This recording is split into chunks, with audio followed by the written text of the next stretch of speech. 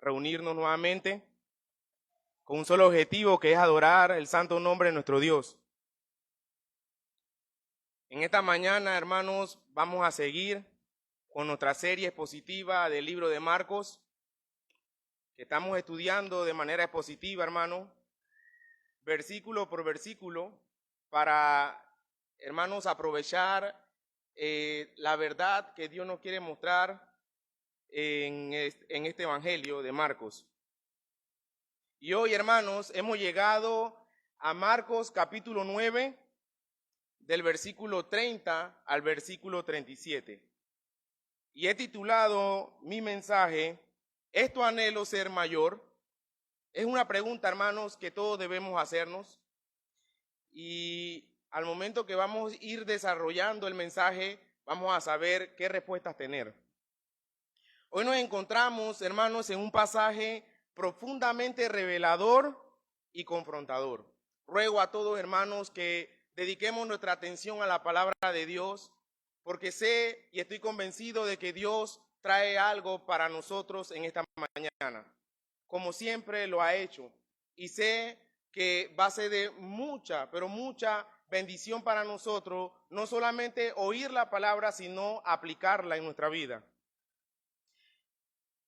Nos lleva, hermanos, este pasaje a una escena donde Jesús, en su camino hacia la cruz, comienza a enseñar con una intensidad a sus discípulos.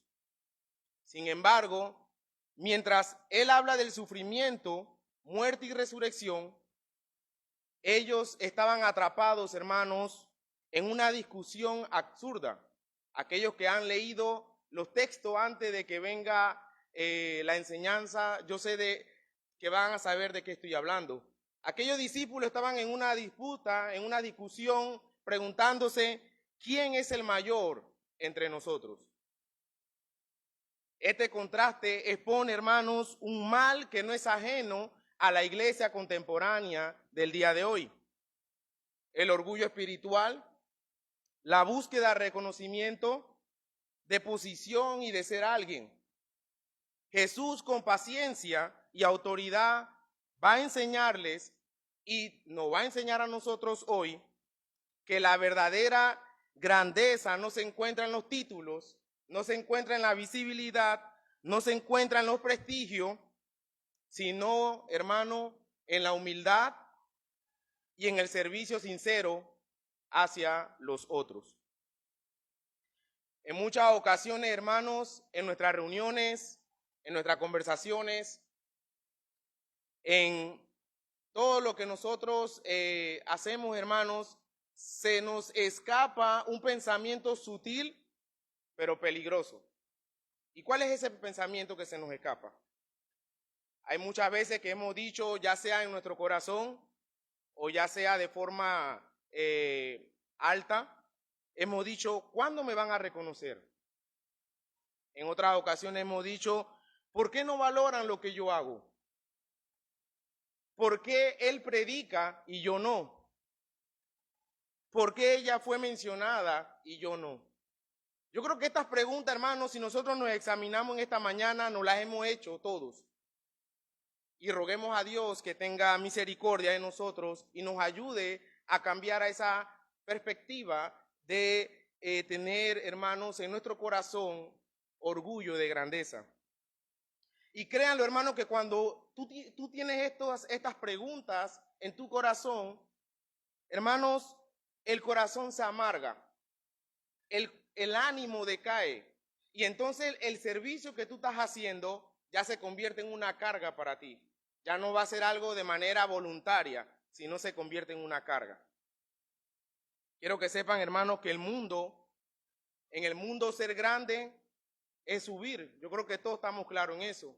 La grandeza de este mundo hace referencia a que debemos ser altos, debemos ser personas allá sublimes.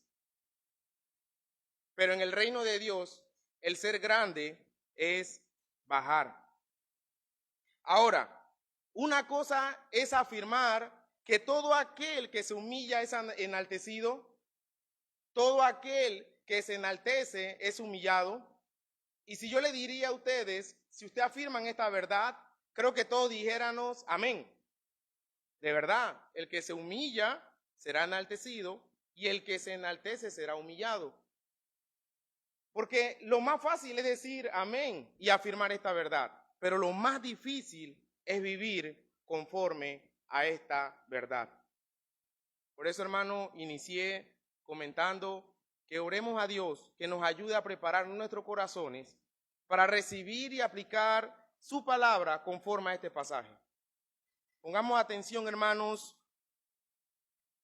a lo que vamos a enseñar en esta mañana.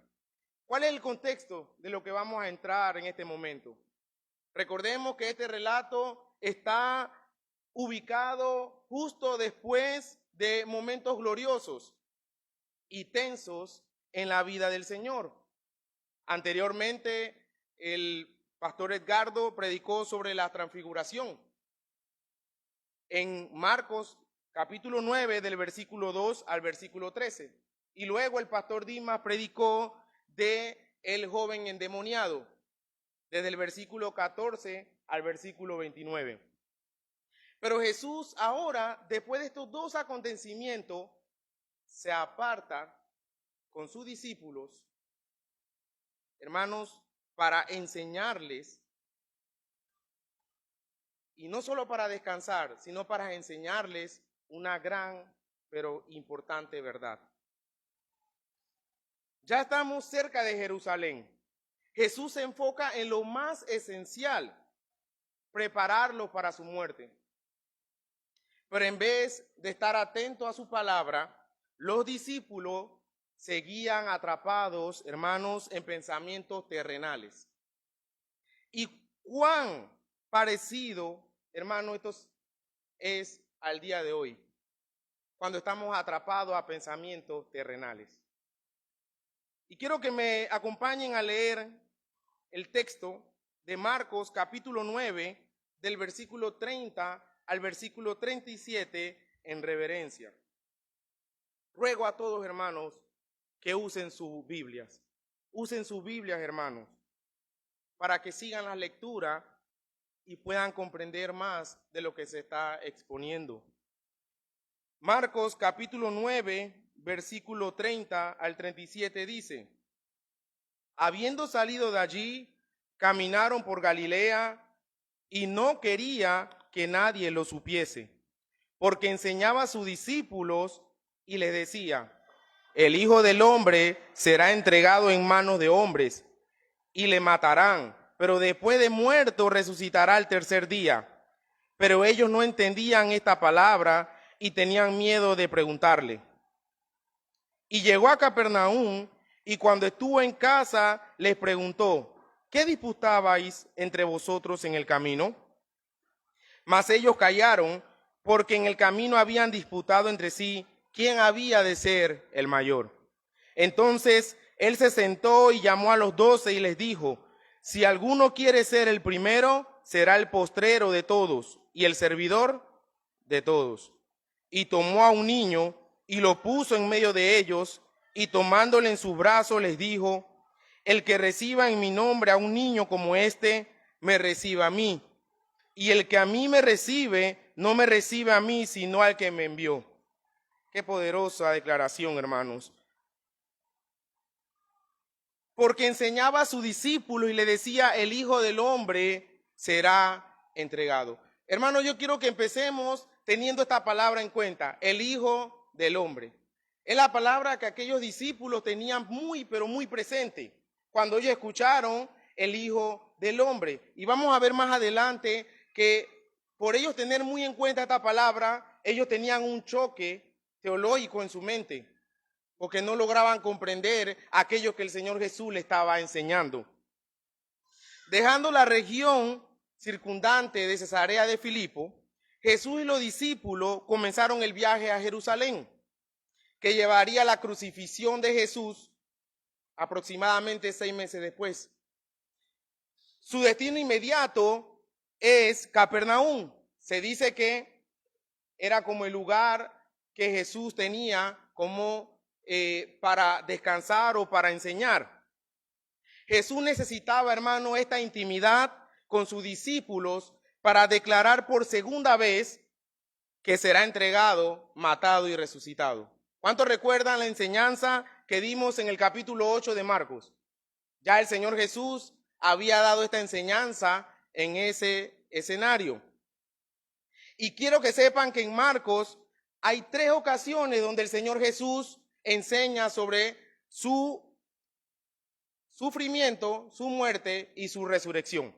Hay 3 ocasiones y vamos a verlas rápidamente. El primero fue en Marcos capítulo 8, ¿verdad? Si quieren podemos buscarlo. Ahí mismo, Marcos capítulo 8. Y observamos que inmediatamente después en que Pedro confesara en Cesarea de Filipo y le dice al Señor Jesús, tú eres el Cristo. Vemos que el Señor Jesús le dice, eso no te lo ha revelado sangre ni carne, eso fue directamente del cielo.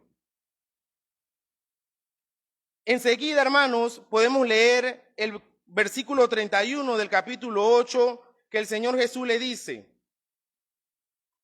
y comenzó a enseñarle que le era necesario al Hijo del Hombre padecer mucho y ser desechado por los ancianos, por los principales sacerdotes y por los escribas, y ser muerto, y resucitar después de 3 días. Esa fue la primera enseñanza sobre este acontecimiento. Pero, hermanos, ¿cómo es posible que Jesús acepte que Él es el Mesías y que al mismo tiempo tenga que ser entregado, tenga que padecer y morir? Eso, hermano, a la verdad, para los discípulos no tenía ningún sentido. Ningún sentido. Por eso vemos más adelante de lo que estudiamos anteriormente que Pedro lleva al Señor Jesús aparte para reprenderlo, ¿verdad? Y por ser Pedro extrovertido, se llevaba su llamado de atención. Entonces, ahora, hermano, yo no creo que Pedro era el único que tenía estos pensamientos acerca de Jesús como el Mesías, del por qué él tenía que morir. Si él era el Hijo del Hombre, él era el Mesías. Hermanos, yo no sé cuántos han estado en un grupo, ya sea eso se ha visto en las universidades, en el trabajo, hasta en la iglesia, un grupo de personas de que hay uno ahí que es extrovertido, que sí se atreve a hablar, y es el que habla por todos. Entonces, al final muchos dirán, oh, él es el único que tenía ese pensamiento. No, todo el grupo tenía ese pensamiento, pero él era el único que se atrevía, y así era Pedro. Pedro era el único que se atrevía a exponer lo que sentía, él y los otros. Ahora, hoy, en esta mañana, estamos estudiando la segunda enseñanza de este acontecimiento del Señor Jesús. Pero para seguir, hermano, desarrollando esta segunda enseñanza, vamos a ver cuál era la tercera. Marcos 10, vamos a adelantarnos un poco. Marcos 10, versículo 32. Hermano, yo quiero que lleven el hilo de lo que estoy mostrando para que podamos entender el por qué los discípulos no entendían. El 32 dice, iban por el camino subiendo a Jerusalén y Jesús iba adelante y ellos asombraron y le seguían con miedo. Los discípulos seguían siguiendo al Señor Jesús con miedo. Entonces, volviendo a tomar a los dos aparte, le comenzó a decir las cosas que le habían de acontecer. Dice el versículo 33, he aquí, subimos a Jerusalén y el Hijo del Hombre nuevamente, el Hijo del Hombre, será entregado a los principales sacerdotes y a los escribas y le condenarán a muerte y le entregarán a los gentiles y le encarnecerán, le azotarán y escupirán en él y le matarán, mas al tercer día resucitará. Hermanos, el Señor Jesús, esta enseñanza no le agrega más nada ni le quita nada. Es una enseñanza, hermanos, que él tenía definida para sus discípulos. Y si vemos un poquito más adelante del versículo 37, ellos le dijeron, concédenos en tu gloria, nos sentemos el uno a la derecha y el otro a la izquierda. La misma mentalidad que vamos a ver ahora en Marcos 9, que ellos tenían de grandeza, las siguieron teniendo cuando lleguemos a Marcos 10.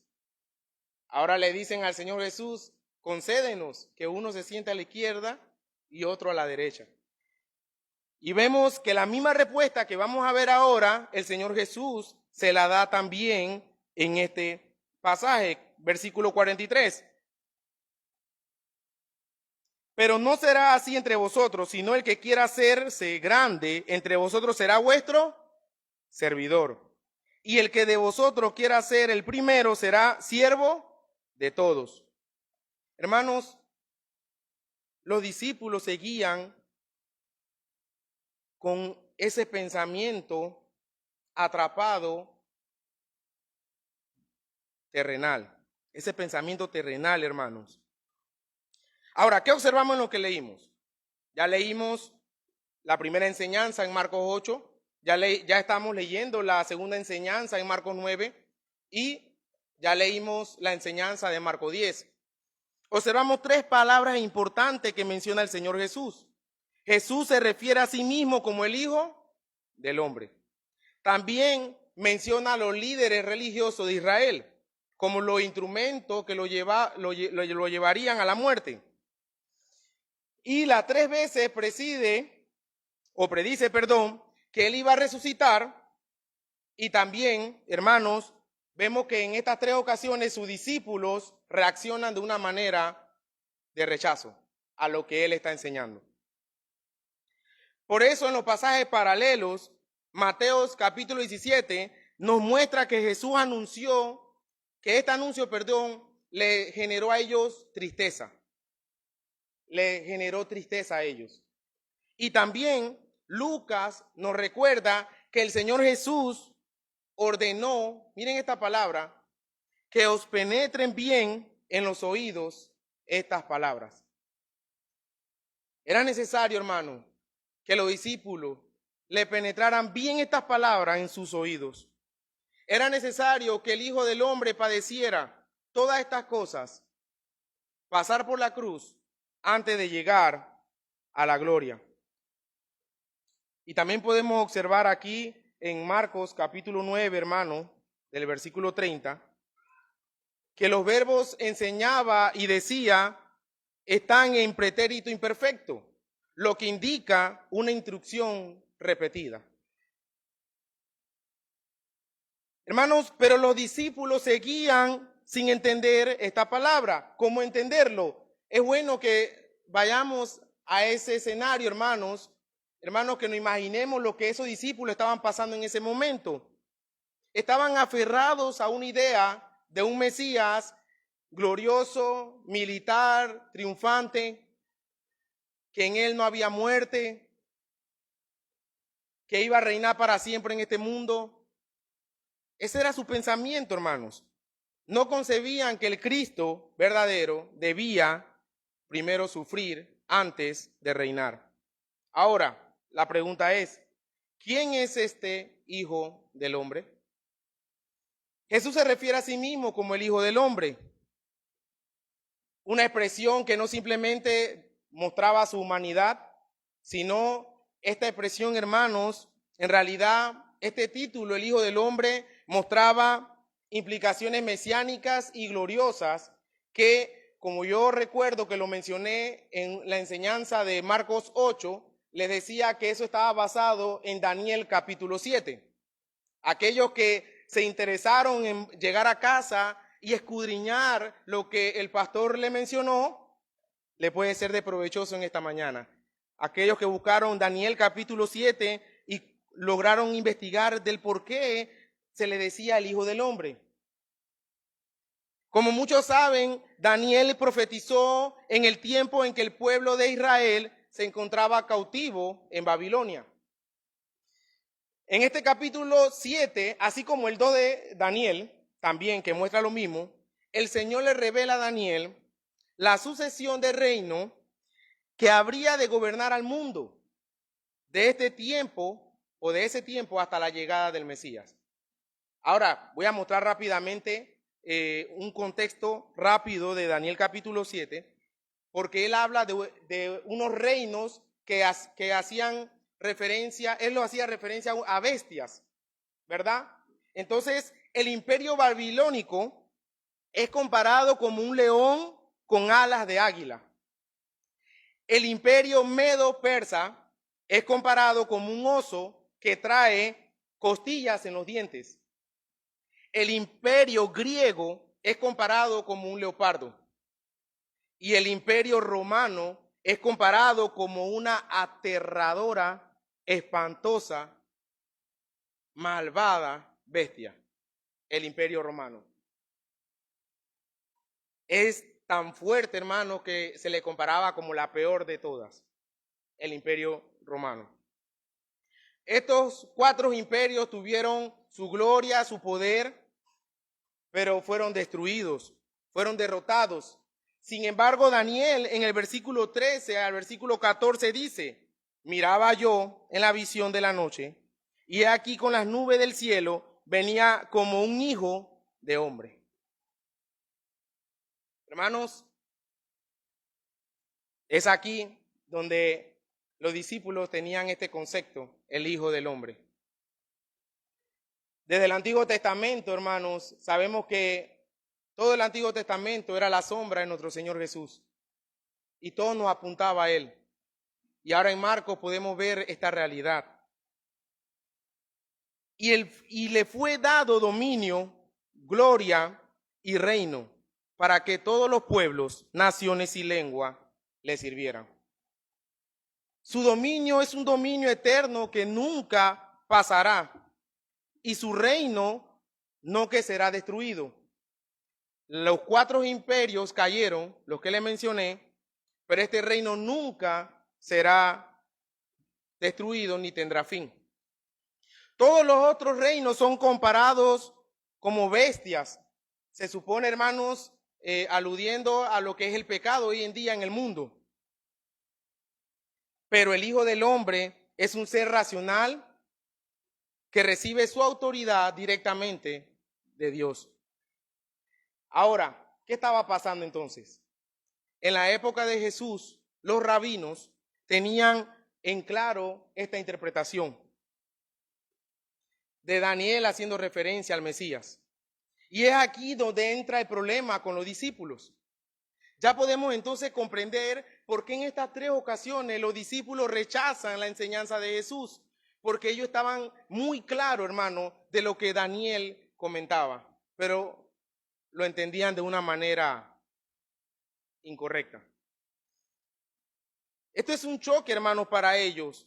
¿Cómo puede aquel que tiene dominio eterno ser entregado a manos de hombre? ¿Cómo puedes decirme que tú eres el Cristo, que tú eres el Mesías, pero ahora me dices que tienes que sufrir, que tienes que morir y que luego vas a resucitar?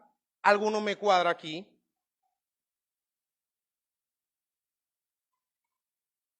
¿Cómo puede el Rey glorioso de Daniel 7 morir como si fuese un criminal? ¿Cómo es posible eso? Definitivamente, hermanos, ellos no habían entendido todavía que este monarca que viene con autoridad del cielo es completamente distinto a todos los reinos, poderes de la tierra. Porque él decidió, hermanos, siendo rey, despojarse de sí mismo y hacerse siervo como tú y yo, a servir a nosotros, a dar su vida por nosotros, a morir por nosotros para salvar a los suyos. Y nuestro Salvador gana perdiendo. Pero perdiendo voluntariamente, hermanos. El pastor MacArthur señala sobre esto: el título Hijo del Hombre exaltaba la autoridad celestial y eterna de Jesús, mientras que el anuncio de su muerte demostraba su obediencia y humillación. Es una paradoja gloriosa que revela el plan soberano de redención. Marcos sigue diciendo, volvamos al versículo 32. Pero ellos no entendían esta palabra y tenían miedo preguntarle. Hermanos, no lo dice Marcos, pero lo más probable el miedo que ellos tenían no era tanto preguntarle, sino escuchar la respuesta. El miedo de ellos era escuchar la respuesta. No sé a cuánto le ha pasado eso, que a veces les da miedo preguntar, pero no es por preguntar, sino porque saben lo que va a decir la persona y prefieren entonces quedarse callados. Ahora vamos a ver que el Señor Jesús confronta el orgullo de sus discípulos, del versículo 33 al versículo 34. Y dice que, y llegó a Capernaum, y cuando estuvo, ¿a dónde? En casa. Les preguntó. Hermanos, ellos iban por el camino de Cesarea de Filipo hasta Capernaum. Los que hicieron buen uso del mapa que entregué en su momento podrán ver el recorrido que le estoy hablando. El uso de la expresión sugiere que esta era la casa que Jesús regularmente habitaba cuando estaba en Capernaum. Muchos dicen que pertenecía a la casa de Pedro.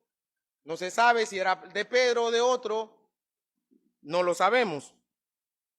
Pero esta es la última vez que Jesús volvió a Capernaum, en este lugar donde él siempre encontró un lugar para retirarse a solas con sus discípulos. No solo para descansar, hermano, como le decía, sino para seguir discipulándolos a ellos en privado. Así que ahora vemos, hermanos, que es muy probable cuando ellos iban de camino de Cesarea de Filipo a Capernaum, los discípulos entre ellos iban disputando. Pero era muy probable que el Señor Jesús, lo digo, muy probable que el Señor Jesús en su corazón tenía algo de nostalgia. Porque Marcos nos dice que iba solo y sus discípulos iban atrás. Entonces, ¿por qué digo eso? Porque el Señor Jesús no solamente tiene que escuchar lo que nosotros decimos, sino que Él escucha desde tu corazón lo que tú estás pensando decir. Entonces el Señor Jesús ya sabía lo que ellos estaban hablando y Él iba de manera, hermano, solo caminando. Y su nostalgia era porque sus discípulos rechazaban que Él iba a la cruz. Ahora, es por eso que la pregunta de Jesús es, ¿qué disputabais entre vosotros en el camino? Podemos observar que estaban ciegos, hermanos, los discípulos. Les hablaba de sufrimiento y ellos estaban, como dice hoy en día, soñando despierto. Ellos estaban soñando, hermano, de la gloria.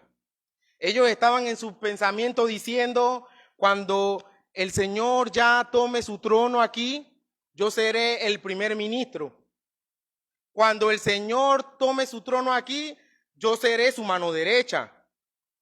Cuando el Señor tome su trono aquí, bueno, yo me sentaré a la izquierda, el otro a la derecha. Esos eran los pensamientos que ellos tenían en ese momento acerca del reino de Dios, de Jesús. Y es como cuando nosotros estamos soñando despierto y sabemos que es imposible, hermanos, cumplir eso. Usted puede pensar ahorita en lo que usted ha soñado, en algo que de verdad es imposible, pero no aterriza y dice, no, yo no puedo hacer eso. Ellos no aterrizaban en ese momento. Estaban totalmente, hermanos, inflados. Hermanos, pero muchos que profesan ser cristianos están con ese orgullo de grandeza, creyendo lo que no son.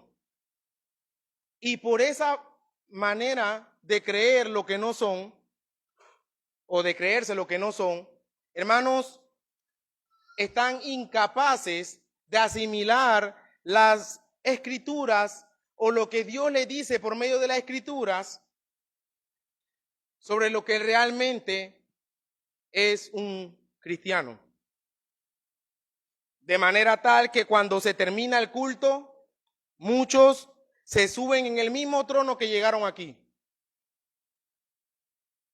Hay veces que muchas personas decían, aquel hermano no escuchó o no lo entendió porque lo más probable es que la palabra le pasó por arriba. Pero no, hermano, lo más probable es que le pasó por abajo, porque muchos vienen en el trono, muchos vienen allá arriba, creyéndose lo que no son. Hermanos, cuando la palabra es predicada y no hay ningún impacto en tu vida, estas personas tienen un orgullo de grandeza que ellos piensan que la enseñanza no es para mí, porque yo estoy bien. Eso que está predicando el pastor no es para mí, es para los otros. Esos otros necesitan esta palabra, yo no. Su mentalidad de reyes no les permite abrazar de corazón su mentalidad de siervos. Este fue el problema de los discípulos. Ellos estaban disfrutando el cargo anticipadamente. Imagínense, estaban con el Señor Jesús, ya se habían dado cuenta que era el Cristo, que era el Mesías. Sacó a un demonio que fue imposible por tantos años, se transfiguró. ¿Qué pensaban ellos? Bueno, aquí nosotros estamos hechos. Y se le fue inflando, hermano, su orgullo de grandeza. Pero Jesús está hablando de sus sufrimientos en la cruz, pero ellos estaban soñando despiertos con su orgullo de grandeza. Ahora, seamos honestos, hermano. ¿Cuántos de nosotros hemos tenido o hemos pasado por esto? Y con mucha vergüenza debemos reconocerlo, hermano. Yo creo que este es un problema que toda la iglesia tiene, hermano. Esa pequeña, hermano, orgullo de grandeza en nuestros corazones. La dirección del corazón, por lo natural, hermanos, nos va a llevar hacia arriba y no hacia abajo. Por lo regular, el corazón nos va a llevar a que queremos figurar y no servir. Pero en el fondo de nuestros corazones, todos sabemos que cuando tenemos estos pensamientos, hemos pecado contra Dios. Vuelvo y les digo, a todos nos ha pasado, pero es ahí donde decimos, Señor, perdóname. Ayúdame, Padre, a quitarme este pensamiento de mí. Y qué bueno, hermanos, que podamos decirle hoy en día al Señor, perdóname. Ten misericordia de mis pensamientos. Y podemos ver del versículo 34 que ellos callaron. Delatados y avergonzados, los discípulos quedaron sin palabras. ¿Quién había de ser el mayor? Ahora, yo he titulado mi mensaje, ¿es tu anhelo ser el mayor? Porque la respuesta, hermano, es sí. Pero debemos servir. Y quiero que sepan que ahorita vamos a darnos cuenta de que la pregunta que ellos hacían no era el problema.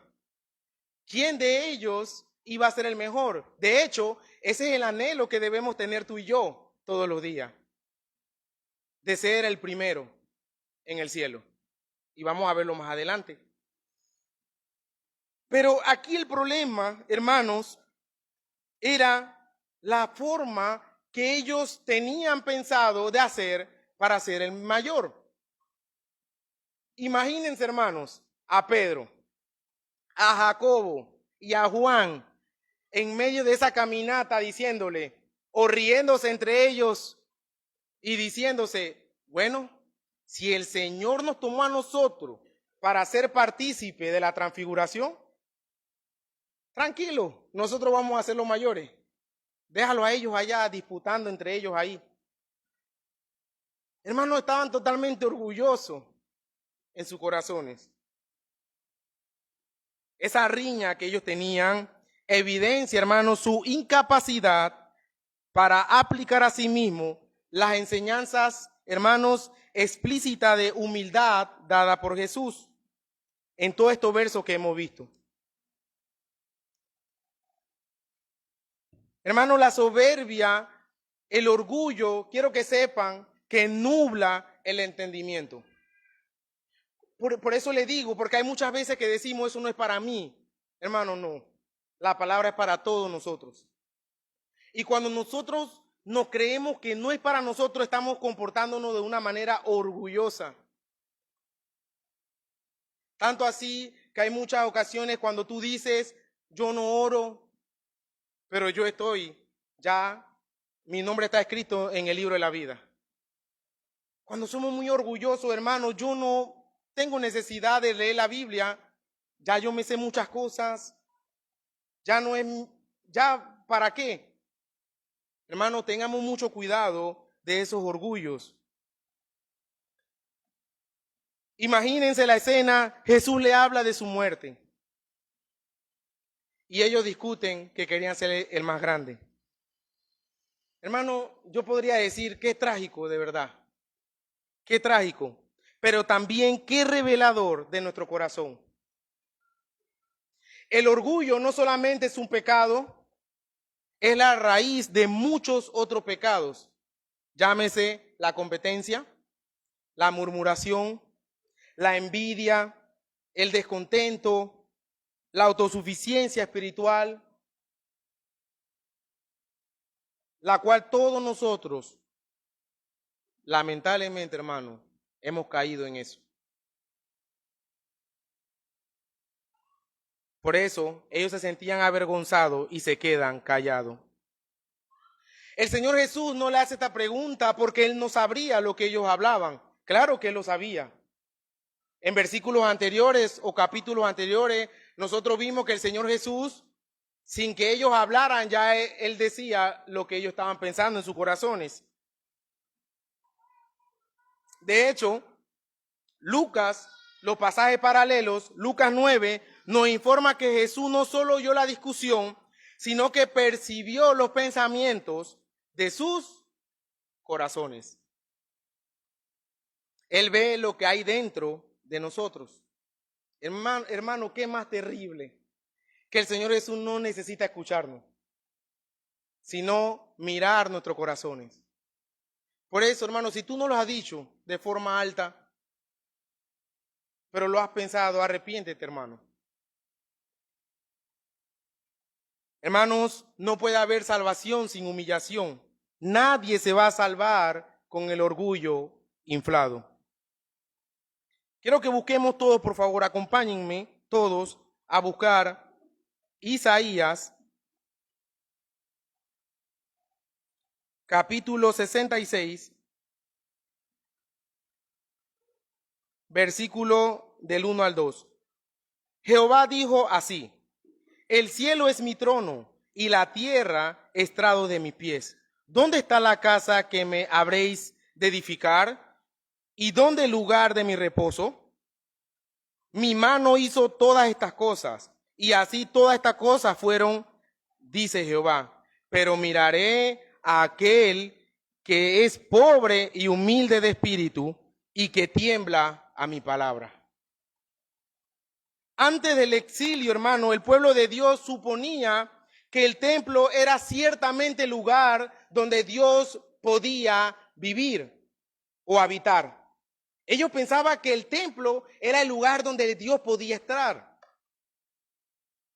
Por eso Dios le recordó a su pueblo que su presencia llena el cielo y la tierra es estrado de sus pies. Hermano, Dios hizo todo.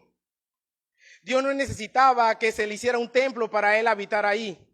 Dios, su plenitud, hermano, es inmensa, infinita. Y esto significa, hermano, que la gente debe honrarlo y temerlo. Y al hacer esto, hermano, esto produce humildad, sumisión a Él y una total obediencia a sus mandatos. Y yo quiero que todos me acompañen a estos pasajes que voy a tener, aparte de este estudio expositivo, como lo es también Efesios, en el Nuevo Testamento, Efesios capítulo 4, versículo 1 al 3 dice: yo pues preso en el Señor, os ruego que andéis como es digno de la vocación con que fuiste llamado. ¿Con qué? Con toda humildad y mansedumbre, soportándonos con paciencia los unos a los otros en amor. Hermanos, cuando tú dices que yo soy cristiano, tú estás diciendo: yo soy un miserable que merece el infierno. Si es esto lo que tú estás, hermano, pensando, tienes que andar como el apóstol Pablo lo dice en estos versículos, con toda humildad y mansedumbre. Ahí rápidamente, hermanos, en el Nuevo Testamento, Colosenses capítulo 3, versículo 12. Vestíos pues como escogido de Dios, santos y amados, de extrañable misericordia, de benignidad, de humildad, de mansedumbre, de paciencia. Este vestido, hermano, del que habla aquí, en este pasaje, es, hermano, de todo esto que mencioné. Humildad, mansedumbre, de paciencia. Es la esencia, hermano, de la vida cristiana práctica, pero es la más difícil de hacer. Ahora vamos a ver que Jesús redefine la grandeza, humildad y servicio. Desde el versículo 35 al versículo 37 de Marcos. Luego que dice: mas ellos callaron porque en el camino habían disputado entre sí quién había de ser el mayor. Entonces él se sentó y llamó a los 12 y les dijo: si alguno quiere ser el primero, será el último de todos y el servidor de todos. Hermanos, esta palabra, cuando menciona se sentó, en aquella época los rabinos generalmente se sentaban para enseñar. Ese es el contexto histórico. Ellos se sentaban para enseñar. Y lo que él enseñaba en ese momento era que si alguno quiere ser el primero, será el último de todos. ¿Qué tan sencillo, hermano, esta respuesta? Pero de verdad es la más difícil de que nosotros podamos cumplirla. Si alguno quiere ser el primero, será el último de todos. Hermanos, pueden notar que el Señor Jesús en ningún momento, como le decías, les cuestionó por qué ustedes hacen esa pregunta de que quién quiere ser el mayor. En ningún momento el Señor Jesús tocó ese tema, sino que le dijo: ok, perfecto, ustedes están preguntándose entre sí, ¿quién de ustedes va a ser el mayor? Bueno, la forma es esta. Si ustedes quieren ser el mayor o el primero en el cielo, tienen que ser el último, servidor de todos. Todo lo contrario, hermano. Todos debemos desear eso. Ningún creyente, hermano, puede sentirse satisfecho con la mediocridad. No, hermanos. Y quiero que busquemos también Primera de Corintios, capítulo 9, versículo 24. El apóstol Pablo nos puede aclarar un poco más sobre esto. Primera de Corintios, capítulo 9, versículo 24, dice así: ¿no sabéis que los que corren en el estadio, todos a la verdad corren, pero uno solo se lleva el premio? Corred de tal manera que lo tengáis. ¿Qué está diciendo aquí? En otras palabras, ¿quién es el que tiene que correr? Tú y yo. En otras palabras, no está dejando a ningún cristiano por fuera. Todo creyente debe correr de tal manera que obtengáis el premio. Todos a la verdad corren. Hermano, pero uno solo se va a llevar el premio. Y aquí es donde muchos podrían tener tristeza. O sea que yo no voy a ser el primero. No, pero espérate, vamos a ver la respuesta. Todos, hermanos, uno se llevará el premio, Pero corre, corre, hermano, corre, de manera tal que lo tengáis. Hermano, nosotros nos encontramos en ese estadio, corriendo, hermano, pero sin competencia. Solamente tenemos que correr, hermano, correr en su gracia, correr en su misericordia, correr por medio de su palabra para obtener ese premio, hermano. Por eso, la pregunta la cual ellos hacían no era el problema, sino, hermanos, la fórmula. Hermanos, pongan todas sus energías en ganar el premio. El versículo 35, Jesús redefine la forma para alcanzar el primer lugar. Es muy diferente a la forma en la que este mundo nos ha enseñado. Hoy en día, para tú tener el primer puesto en la escuela, tienes que ser de calificación 5 o de calificación A para poder tener tú el primer lugar en la escuela. Y están los niños teniendo competencia, los jóvenes, adultos teniendo competencia entre sí para lograr ser el primero. Hoy en día, en el trabajo, te dicen que el que vende más es el que ha sido el empleado del mes. O el que logra tener más clientes al negocio es empleado del mes. Y comienzan todos aquellos compañeros a pelear entre sí, a tener esa competencia de quién es el primero. Y así tenemos muchos más ejemplos de este mundo. Pero hermanos, eso es lo que el mundo ha enseñado. Pero lo que Dios nos ha enseñado por medio de la Escritura es totalmente diferente. El mundo está obsesionado por estar en las primeras sillas. El mundo está obsesionado en tener millones de seguidores. Los influencers pelean por quién tiene más millones de personas. El mundo, hermano, por naturaleza es orgulloso. Pero el Señor dice que lo que debes hacer es colocarte de último con la disposición de servir a los demás. ¿Estamos entendiendo esto, hermano? El Señor dice nuevamente que debes colocarte de último, pero no para que te quedes allá, sino para servir a todos.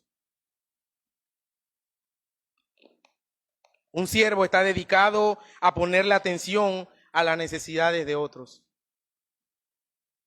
Un siervo es una persona que se coloca por debajo de la autoridad de su amo para obedecerle y para no hacer su propia voluntad. Y es por eso que nuestro amo, nuestro Dios, pide de nosotros que dediquemos nuestra vida a servir a los demás, en vez de estar esperando que nos sirvan a nosotros. ¿Qué problema, hermano? Aquellos hermanos que viven frustrados, diciendo lo que pasa que a mí no me han visitado, lo que pasa que a mí nunca me han ayudado. ¿Qué problema, hermano, dentro de la iglesia local esto? No hemos entendido lo que el Señor Jesús nos manda por medio de su Escritura.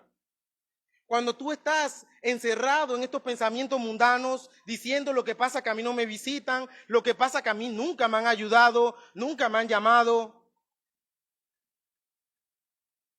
estás actuando de una forma incorrecta. ¿Por qué tú no lo haces? Porque tienes una mentalidad que estás esperando a que lo hagan. Pero tú hazlo y el Señor proveerá. Y quiero que sepan que un siervo no espera que le sirvan. El siervo es hacedor. Son aquellos que están esperando, hermano, ¿quién necesita ayuda?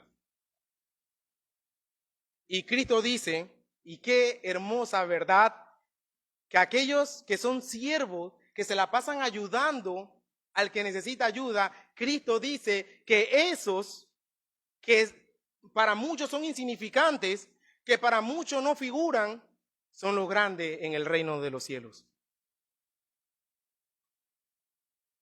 El Señor insiste a su discípulo que Él quiere ser primero, que el que quiere ser primero será el último de todos, el servidor de todos.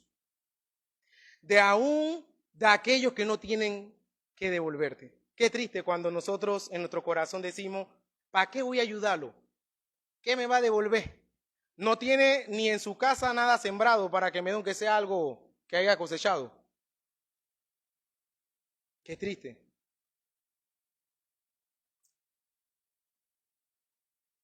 Pero vamos a ver el ejemplo del Señor Jesús que da ahora sobre esto.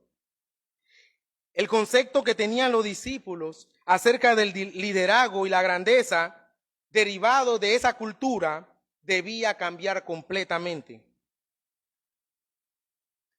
Quienes buscan dominar sobre otros, quiero que sepan, hermano, que no serán lo más grande en el reino de los cielos, sino aquellos que humildemente sirven a otros. Ya lo vimos en Isaías. El Señor Jesús, nuestro Dios Todopoderoso, tiene sus ojos puestos en los que tienen un corazón humilde. Esto nos lleva a los siguientes versículos, 36 al 37.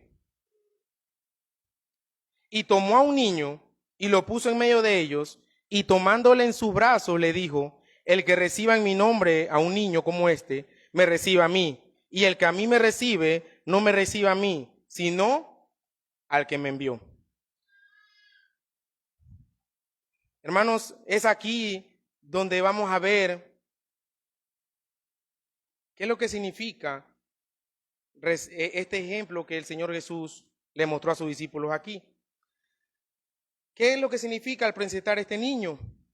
En los pasajes paralelos, Mateo 18 nos dice que Jesús no solo tomó al niño como ejemplo, sino que dijo, si no os volvéis y os hacéis como niño, no entraréis en el reino de los cielos.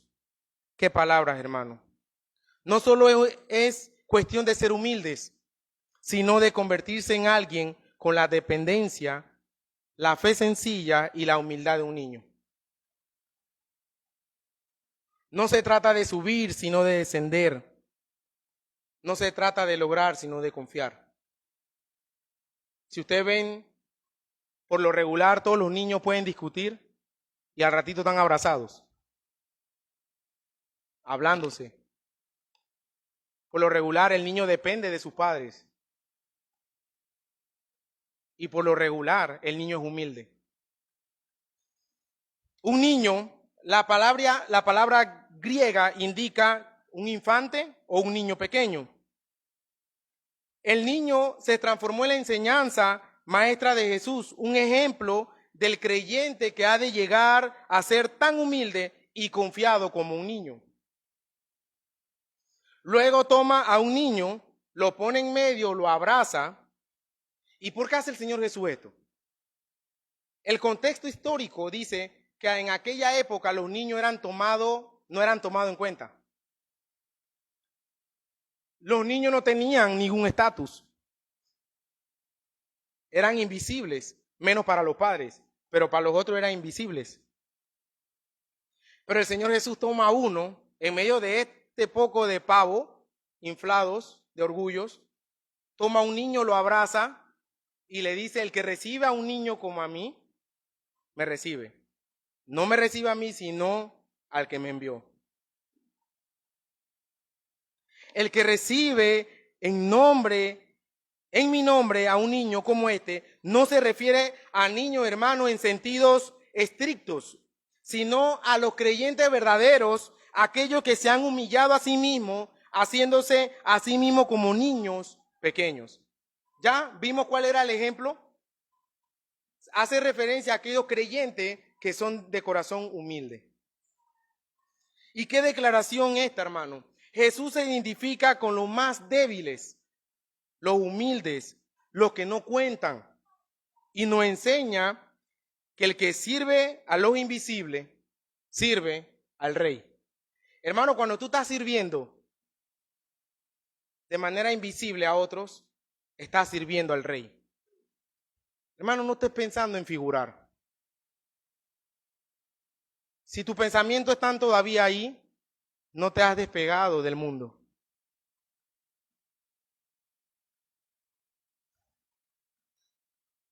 Es decir, todo aquel que acoja a alguien que sea como este niño en mi nombre, Aunque no tenga ningún brillo en el mundo, a mí me recibe. En lo más que a veces mucho no hemos sentido que no hacemos nada, ¿qué hago yo aquí limpiando? ¿Qué hago yo aquí ayudando a este hermano si este hermano ni lo conocen? No tiene ni puesto de diácono, ni pastor, ni maestro. ¿Qué voy a esperar yo a cambio? ¿O qué gano yo con esto? Hermano, estás sirviendo al mismo rey. Al mismo rey estás sirviendo ahí. Un niño no tiene nada que ofrecer ni devolver un favor. Y en muchas ocasiones no he visto por la persona ni aplaudido por ello.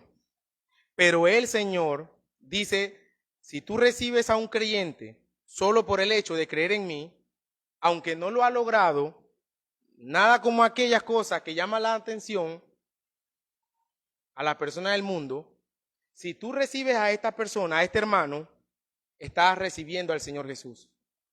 Y no solamente a Él, sino al que lo envió, al Padre. Esta humildad se muestra sirviendo a los creyentes en Cristo, simplemente porque son creyentes. Hemos llegado, hermanos, ya al final, y yo quiero que usted me acompañen en los últimos textos que tengo aquí, que son muy importantes, hermanos, citarlo en esta mañana. Y vamos a ver en Mateos, capítulo 25, Mateos, capítulo 25, dice el versículo 34.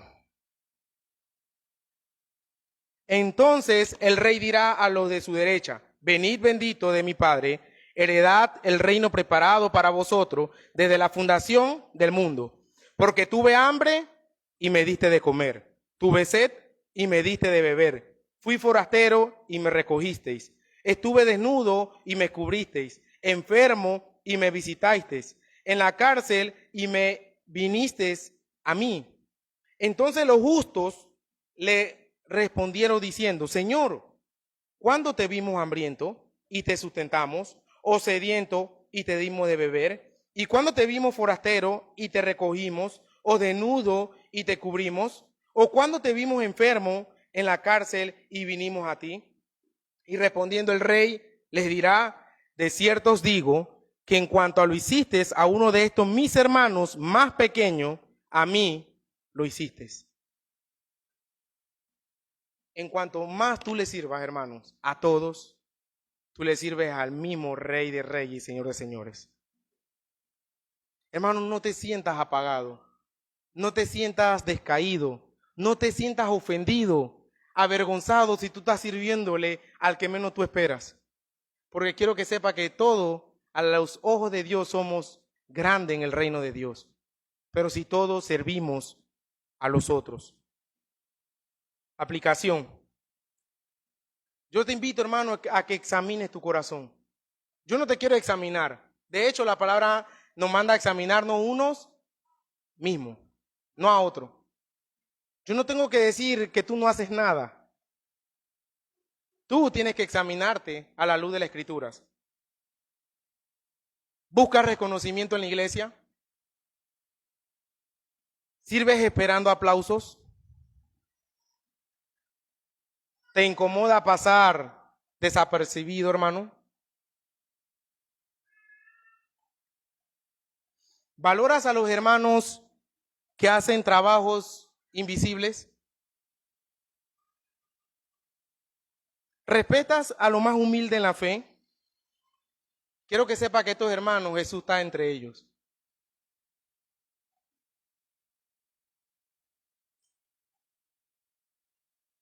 En tu hogar, en tu iglesia, en donde vives, podrías preguntarte a quién puedes servir esta semana que viene. ¿A quién puedes servir esta semana que viene? Que el Señor, hermano, te muestre ese niño al que tienes que servir, a ese niño espiritual. Podemos concluir, hermano, Cristo no vino para ser servido, sino para servir y dar su vida en rescate por muchos. Él se rebajó, hermano, a lo más profundo. El miércoles que estuvimos en la clase del catecismo, estuvimos viendo esto. Él se rebajó, hermano, por rescate de nosotros. Él se rebajó para levantar a pecadores como nosotros y ahora en su reino nos llama a seguirlo en ese mismo camino. Nosotros ahora debemos humillarnos, debemos ser servidor de todos para llegar a la gloria de Dios. Y la pregunta no es ¿quién es el mayor?, sino ¿a quién puedo servir hoy en nombre de Cristo?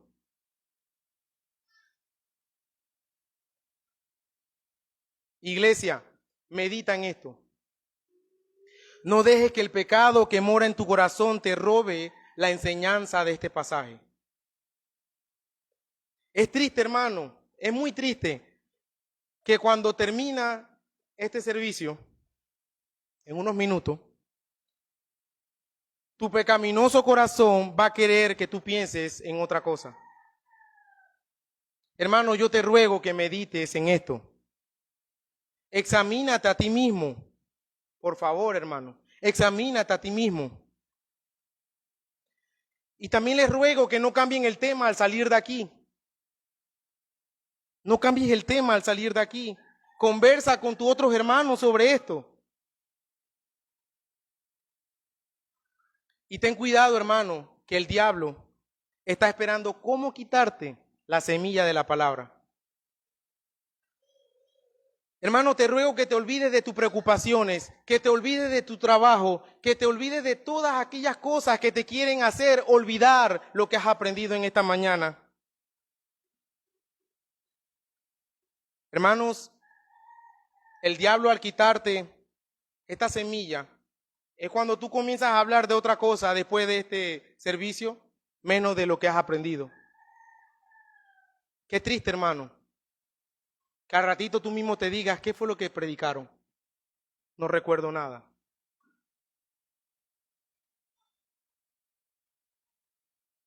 Podemos aplicar lo que el Señor Jesús le dijo a sus discípulos, que penetre esta palabra en nuestros corazones. Hermanos, para servir a otro, solamente tienen que tener sus ojos abiertos. Es lo único. No se hagan lo que no ven. No se digan que aquí no hay necesidad. Hay mucha necesidad. ¿Qué tan dispuesto estás tú en salir de tu zona de confort, de tu zona de seguridad? ¿Qué tan dispuesto estás tú de salir de tus cuatro paredes y servir a otros? Por el bien de otros. ¿Por qué ignoras esta verdad, hermano? ¿Cuántos de nosotros nos encerramos en nuestra casa con todas las provisiones y nos olvidamos de nuestros hermanos? Qué triste, hermano. No solamente es decir, te tendré en oración. Que tu palabra tenga hechos, hermano. Que tu palabra tenga una acción hacia esa persona que tiene necesidad. Es fácil decir que el Señor te ayude y tú cerrar tu corazón. Hermanos, somos una iglesia. Es una embajada esto del reino de los cielos. No somos igual al mundo. El mundo es egoísta, orgulloso. El mundo no ayuda a nadie. He visto personas, cuando iba a la escuela, personas que en un bus se le pierde 10 centavos y nadie se atreve a darle esos 10 centavos. Todo el mundo se hace la vista gorda y comienzan a mirar para otro lado. Pero aquí en la iglesia no puede pasar eso, hermano. Tú no puedes decirle a tu hermano, anda con bien y cierras tu corazón. Busca la manera de ayudar. Y cuando tú no ayudas, es porque tú no confías en el Dios Todopoderoso que lo hizo todo. Lo que pasa, hermano, que si yo ayudo llevando a esos hermanos a la casa, esa gasolina era para llegar a mi casa. ¿Y qué hago? No confías en Dios. Lo que pasa, hermano, que si yo le doy estos alimentos que tengo a ese hermano, ¿qué voy a comer yo y mi familia? No confías en Dios. Lo que pasa, hermano, que lo que le voy a enviar a esa persona quizás es mi pasaje de la semana. No confías en Dios. No depende de Dios. No eres humilde de corazón. No eres como un niño de hermanos humilde de corazón. Oremos al Señor, hermano, que nos ayude a vencer el orgullo de grandeza y que nos ayude a ser humildes. Hermanos, sigamos el ejemplo de Cristo. Qué triste cuando el jefe no quiere dar ejemplo a los otros. Pero aquí nuestro Dios Todopoderoso dio totalmente el ejemplo que nosotros como creyentes debemos seguir. Vuelvo y pregunto, ¿qué tan dispuesto estás de servir a la iglesia? No, hermano, lo que pasa es que yo no tengo. Hermano, nadie puede decir que no tiene nada para dar. Hasta una palabra de aliento a una persona con un corazón contristo, con un corazón, hermano, con dificultades. Que tú le des una palabra, un versículo, una palabra de aliento, un abrazo. Yo no sé cuántos han sentido cuando le dan un abrazo y uno dice, wow, necesitaba esto. Y te aprietan. Hasta que se siente, hermano, como bien. Y hay personas que se quedan ahí un rato. Hasta eso es servir a los otros. No solamente me refiero a lo material, sino que aquí nadie puede decir que no tiene nada para dar.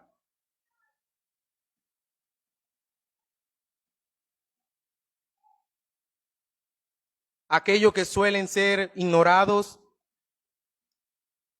aquellos que no figuran dentro de una iglesia local. Quiero que sepan, hermanos, que si todos seguimos el ejemplo de Jesús, en esta iglesia no hubiese necesidad. ¿Saben por qué? Porque yo no estaría esperando que me va a regresar el hermano o la hermana, si no estuviera dando, hacedor, sirviendo. Pero el que sí ve el corazón, el que sí lo ve todo, estuviera diciendo, todas sus necesidades están siendo cubiertas. ¿Por quién? Por ellos mismos, por mi pueblo. Hermanos, insisto, meditemos en esto. Seamos intencionales, hermanos, en servir a nuestros hermanos. Y más en servir a aquellos que no te pueden devolver absolutamente nada. Y quiero terminar, hermanos, que todos, por favor, busquemos Filipenses capítulo 2, versículo 3.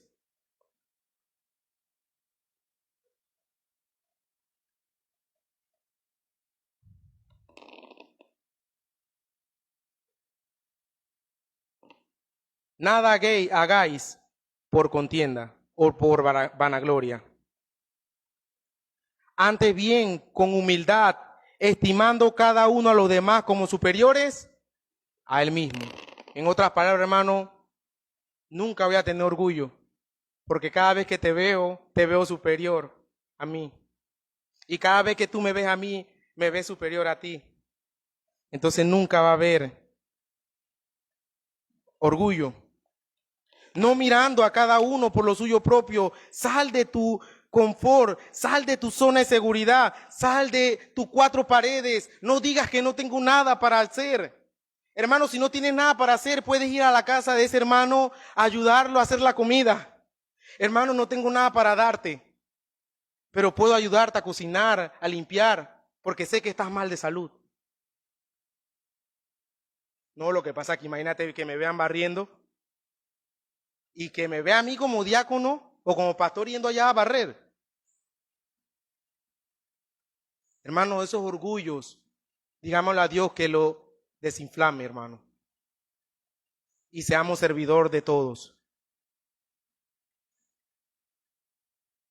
Nada hagáis por contienda o por vanagloria. Antes bien con humildad, estimando cada uno a los demás como superiores al mismo.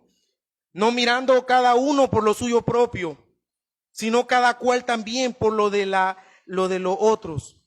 El servidor mira lo de los otros. Ahora, hermanos, ¿cómo yo puedo hacer esto, pastor?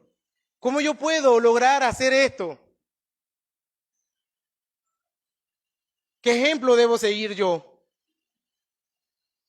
Dice, para terminar, versículo 5 dice, haya pues en vosotros este sentir que hubo también en Cristo Jesús, el cual siendo en forma de Dios, hermano, todo lo tenía, no estimó al ser igual a Dios como a cosa que aferrarse, sino que se despojó de sí mismo, tomando forma de siervo, hecho semejante a los hombres, y estando en la condición de hombre, se humilló a sí mismo, haciéndose obediente hasta la muerte y muerte de cruz, por lo cual Dios también le exaltó hasta lo sumo y le dio un nombre que es sobre todo nombre, para que en el nombre de Jesús se doble toda rodilla de los que están en los cielos y en la tierra y debajo de la tierra, y toda lengua confiese que Jesucristo es el Señor, para gloria de Dios Padre.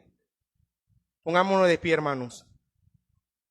Haya pues en vosotros, iglesia del Maná de la Esperanza, haya pues en vosotros este sentir que hubo también en Cristo, que se humilló a sí mismo para hacerse siervo de todos nosotros, para dar su vida por rescate a nosotros siendo pecadores, mereciendo la ira de Dios, mereciendo la muerte, el infierno. El Señor Jesús decidió despojarse de sí mismo para dar su vida por rescate de nosotros.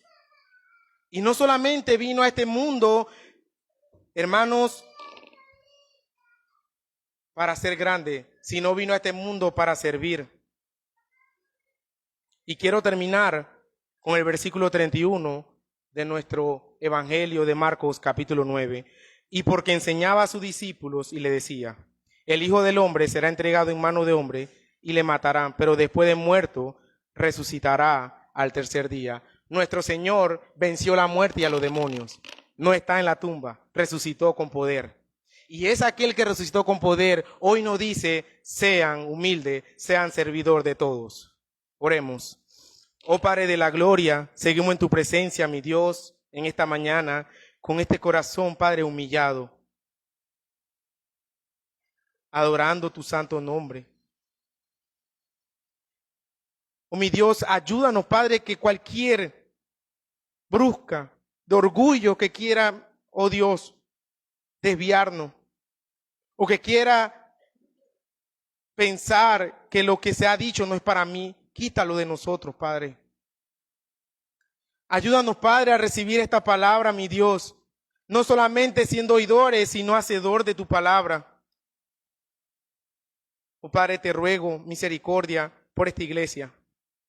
Ayúdanos, Padre, a entender que la vida del creyente no es en una zona de seguridad, no es en la comodidad, no es ver lo mío propio, es ser humilde, ser, oh mi Dios, misericordioso con nuestros hermanos, servir a nuestros hermanos, no esperar a que me sirvan a mí, servir sin esperar nada a cambio. Oh Dios, ayúdanos a aplicar ese ejemplo que diste, oh mi Dios, con este niño, a que nosotros podamos amar hasta los más pequeños en la fe, aquellos que son invisibles, pero que están sirviendo al Rey de Reyes y Señor de Señores. Padre, ayúdanos, Padre, te lo ruego. Ayúdanos a servir, Padre. Ayúdanos a correr en ese estadio, Padre, de manera tal que podamos obtener el premio. Ese premio, ese anhelo de ser el primero, debemos tenerlos todos y debemos ganarlos todos, pero sin competencia, sin orgullo, sino solamente siendo humilde y servidor de todos. Ayúdanos, mi Dios, a correr. Ayúdanos, mi Dios, a tener ese mismo sentir que hubo en Cristo Jesús, que siendo Dios se despojó de sí mismo, haciéndose siervo semejante a los hombres, Padre. Oh Padre, ¿qué otro ejemplo necesitamos? Es necesario la humillación. Es necesario servir unos a otros para ver tu gloria, Padre. Un día estaremos todos allá en tu presencia, gozándonos de todas tus bendiciones en Cristo Jesús, en nuestra vida, Padre. Yo te ruego por nuestros niños.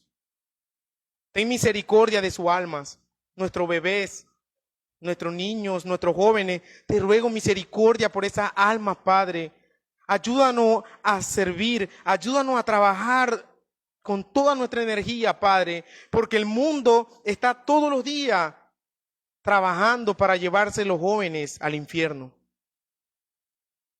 Ayúdanos, mi Dios, a nosotros los creyentes, luchar por esas almas, por tu misericordia, por tu voluntad, para que ellos no sean, Padre, llevados al infierno por las corrientes de este mundo, que son engañosas, perversas. Oh Padre, concédenos ser humilde y servidor. En el nombre poderoso de Jesús, amén y amén.